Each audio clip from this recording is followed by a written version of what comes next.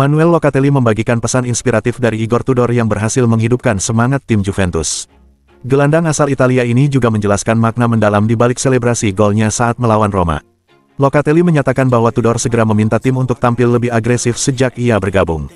Pelatih asal Kroasia itu juga menekankan betapa pentingnya kepercayaan diri para pemain untuk meraih hasil yang positif. Perubahan dalam filosofi permainan pun langsung terlihat, dengan Juventus menguasai bola hingga 85% dalam 15 menit pertama. Berbeda dengan era Motta, kini Juventus lebih mengedepankan umpan-umpan progresif yang mengarah ke depan.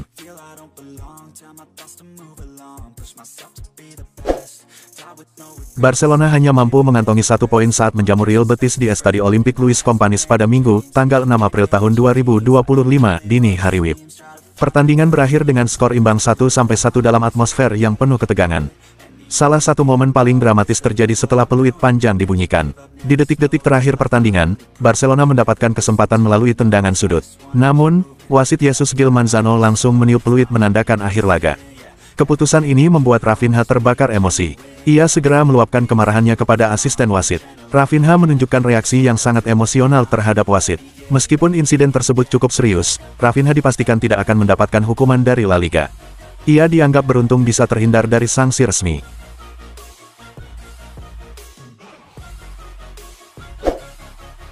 Southampton secara resmi terjatuh dari Premier League setelah menelan kekalahan dari Tottenham pada malam Minggu, tanggal 6 April tahun 2024. Hasil ini juga menambah catatan kelam dalam perjalanan karir Aaron Ramsdale. Kiper asal Inggris tersebut kini merasakan pahitnya degradasi untuk ketiga kalinya bersama klub yang berbeda. Setelah sebelumnya mengalami nasib serupa dengan Bournemouth dan Sheffield United, kini Southampton pun mengikuti jejak yang sama. Ramsdale dikenal sebagai penjaga gawang yang tangguh, namun sepertinya keberuntungan tidak berpihak padanya. Kini, ia mendekati rekor yang tidak diinginkan sebagai pemain yang paling sering terdegradasi. Manchester City dianggap sebagai kandidat terdepan dalam perburuan transfer untuk mendapatkan bintang Bayer Leverkusen, Florian Wirtz. Menurut laporan dari Give Me Sport, Manchester City memiliki keunggulan signifikan dalam usaha mereka merekrut talenta muda asal Jerman ini pada musim panas ini. The Citizens melihat Wirtz sebagai pengganti ideal untuk Kevin De Bruyne, yang diperkirakan akan meninggalkan klub sebagai agen bebas di musim panas mendatang. Di usia 21 tahun, Wirtz juga menarik perhatian dari dua raksasa Eropa, Bayern Munich dan Real Madrid. Namun, laporan tersebut menambahkan bahwa Leverkusen mungkin enggan untuk melepas bintang mereka kepada rival-rival Jerman, demi menjaga kekuatan skuad mereka.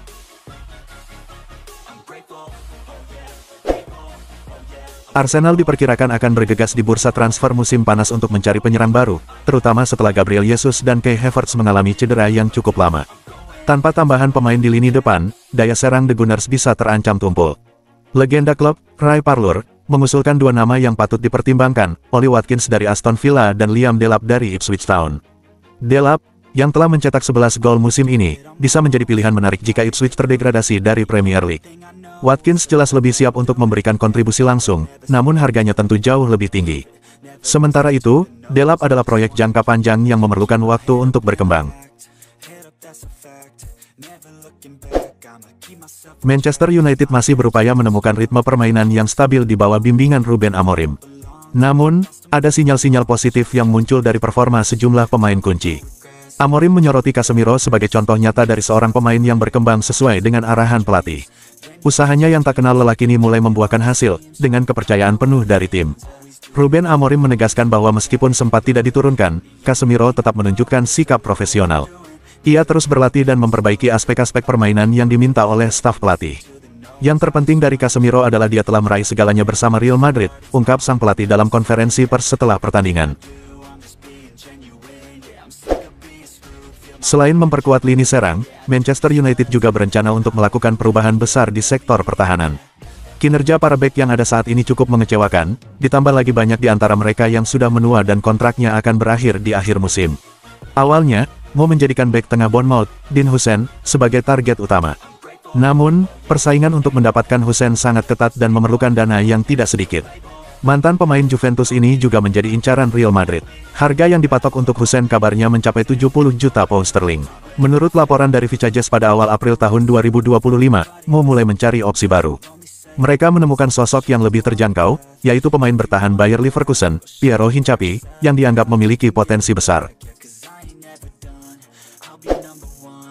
Liverpool dilaporkan tengah menjajaki pilihan baru untuk memperkuat sektor serang mereka di musim depan. Setelah mempertimbangkan harga tinggi Alexander Isak yang mencapai lebih dari 100 juta pound, The Reds kini mulai melirik Jarrod Bowen sebagai opsi yang lebih masuk akal. Bowen telah menunjukkan performa gemilang bersama West Ham musim ini, mencetak 8 gol dan memberikan 5 assist di Premier League. Meskipun timnya terjebak di posisi 15, konsistensi permainannya membuatnya menarik perhatian sejumlah klub papan atas. Di usia 28 tahun, Bowen mungkin bukan pilihan jangka panjang bagi Liverpool. Namun, kemampuannya untuk beroperasi baik sebagai penyerang maupun pemain sayap bisa menjadi aset berharga bagi Arne Slot. Carlo Ancelotti dilaporkan menunjukkan ketertarikan untuk menangani timnas Brasil setelah sering disebut-sebut akan meninggalkan posisinya sebagai pelatih Real Madrid dalam 12 hingga 18 bulan terakhir. Saat ini, Ancelotti masih menjalani tugasnya di Santiago Bernabeu, tempat ia berkarya sejak tahun 2021. Namun, spekulasi di kalangan media memperkirakan bahwa masa jabatannya tidak akan bertahan lebih lama dari kontrak yang berlaku hingga musim panas 2026. Menurut kabar terbaru dari Relevo, Ancelotti bersedia mempertimbangkan tawaran tersebut. Ia terbuka untuk melatih Brasil, tetapi hanya jika ia dipecat dari Real Madrid. Klub Premier League, Manchester United, tampaknya sudah mempersiapkan diri untuk berpisah dengan Antony di bursa transfer musim panas mendatang. Setan merah kini mengincar Ryan Cherki sebagai pengganti yang ideal. Menurut Fabrizio Romano, Mu kini mengarahkan perhatian mereka ke Prancis, dengan minat untuk merekrut Ryan Cherki dari Lyon. Ketertarikanmu terhadap Cherki tidak lepas dari performanya yang mengesankan. Pemain sayap ini telah berhasil menembus skuad utama Les Gones sejak usia muda dan kini menjadi pilihan utama di lini serang Lyon. Di musim ini, Cherki telah mencetak 8 gol dan memberikan 18 assist untuk Lyon, yang menjadi alasan kuat bagimu untuk mempertimbangkan langkah merekrutnya.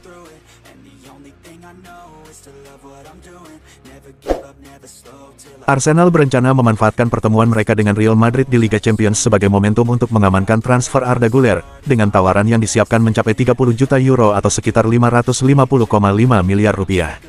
Menurut laporan dari Defensa Central, Arsenal tengah merancang langkah untuk merekrut bintang muda asal Turki tersebut, dan akan menjadikan duel di perempat final Liga Champions melawan raksasa Spanyol itu sebagai kesempatan untuk memulai negosiasi.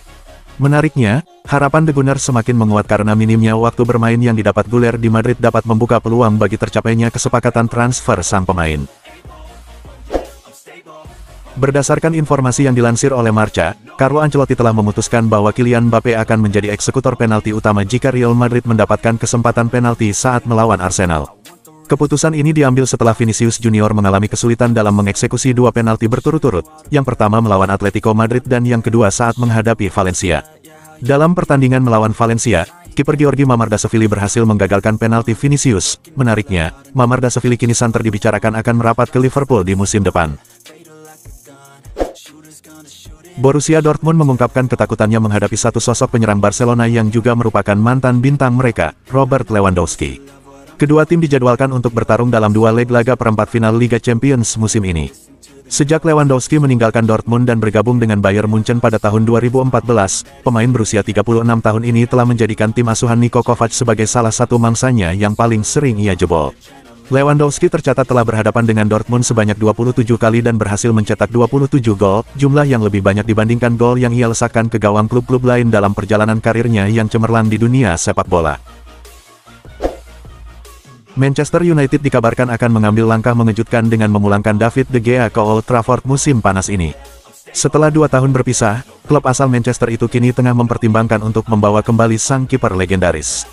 Menurut laporan dari Sport, pihak United merasa menyesal atas keputusan untuk melepaskan De Gea dan sedang mempersiapkan tawaran kontrak baru setelah masa baktinya di Italia berakhir musim panas ini. Kondisi ini muncul akibat penurunan performa Andre Onana, kiper utama yang diharapkan dapat mengisi kekosongan yang ditinggalkan De Gea. Kepercayaan terhadap Onana dilaporkan mulai memudar, dan United kini aktif mencari opsi kiper baru untuk musim depan. Arsenal mulai mengebut langkahnya untuk mendatangkan penyerang baru di bursa transfer musim panas yang akan datang. Klub yang bermarkas di London Utara ini dilaporkan akan mengadakan pertemuan penting dengan perwakilan striker Sporting Lisbon, Victor Gyökeres, yang kini menjadi incaran utama mereka.